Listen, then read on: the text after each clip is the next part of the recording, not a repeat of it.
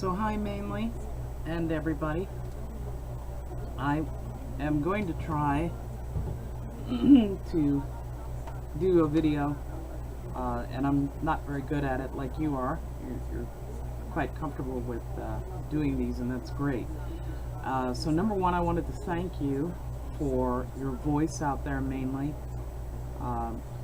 It's, I think, very important and very valuable, so thank you. Ever since the orange-headed beast of destruction has been installed in office, I feel like I've had to give out apologies to the nations of the world. Germany, Australia, England,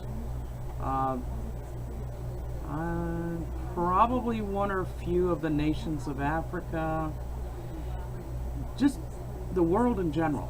Not because I could ever support the orange-headed beast of destruction, just the thought makes me a little bit ill, but because, like it or not, the rest of the world sees the orange-headed beast of destruction as a representation of our nation, and that is not true. In fact, the orange-headed beast of destruction represents a very small percentage of people, actually. Unfortunately, that small percentage of people apparently have a great deal of power. They must. I mean, otherwise, how is this mess even here? The orange-headed beast of destruction is just awful. They look at everybody as an opponent.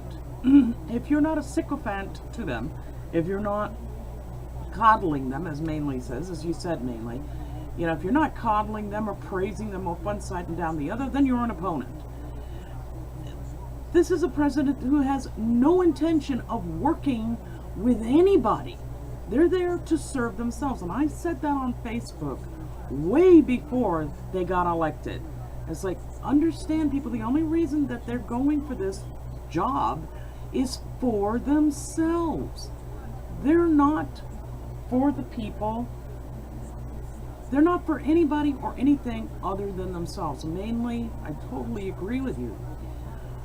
The people, some of the people, I don't want to generalize too much, but some of the people that I guess support the orange-headed beast of destruction, these are individuals, from what I can tell, that are, well, deeply hateful, fearful people. They're afraid of anything that's outside of their tiny, tiny box.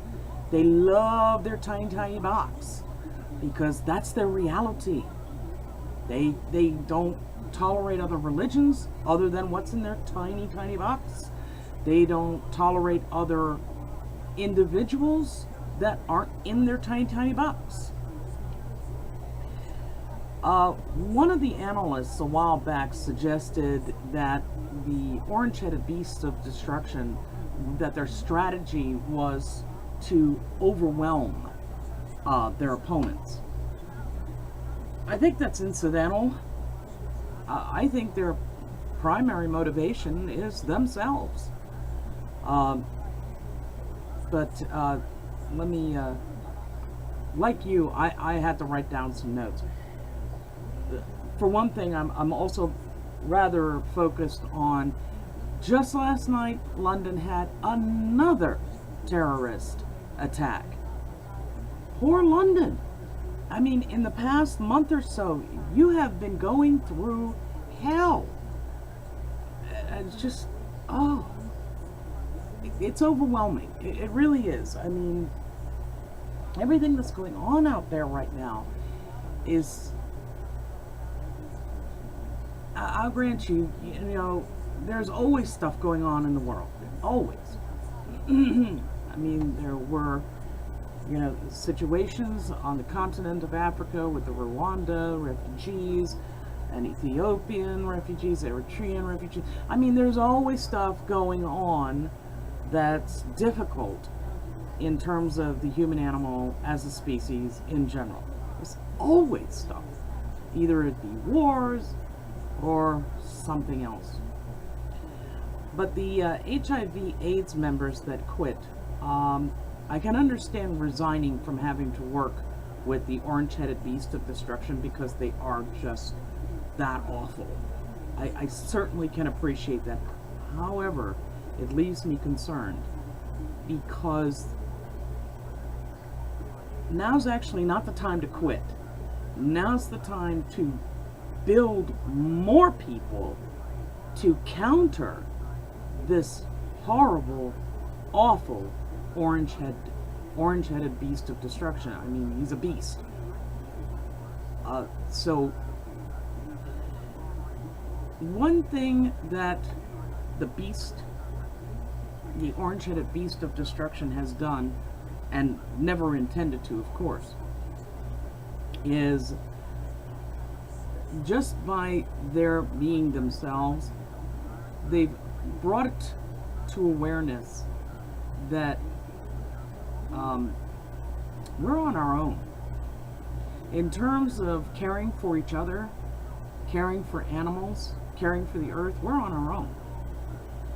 And if we really want to make a difference for our earth, it's going to be up to us. It's going to be up to the good ground warriors, like Mainely, like you Mainely, you know, who speak out for the greater good. You know, the orange-headed beast of destruction is just utterly preoccupied with themselves, and everything they do proves that, shows it over and over again. They're so egocentric, so narcissistic.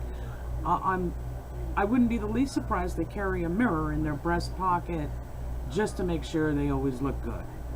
Which, by the way, I don't know how they do that because they never do look good. This guy is an example, a tragic example of being as ugly on the outside as they are on the inside. Sorry, but it's true. You know, anybody who speaks the way they do about women, about Earth, you know, this reminds me. Okay, I've also had to apologize for the Paris Accord. You know, pulling us out of the Paris Accord was stupid. Okay, just stupid. The Paris Accord is a voluntary program. You do what you do as a nation if you're involved with the Paris Accord. It's a voluntary. You set your own standards. You set your own goals as a nation. The Paris Accord isn't going to force anybody to do anything. So removing us from the Paris Accord was stupid. But that's the orange-headed beast of destruction. They're stupid. They're awful. They're stupid. And they're inspiring people to be like them. To be tunnel visioned, to being narrow-minded, to being basically hateful and hurtful and uncaring. And this is so far away from the nation we have been and the nation in our hearts that we want to be.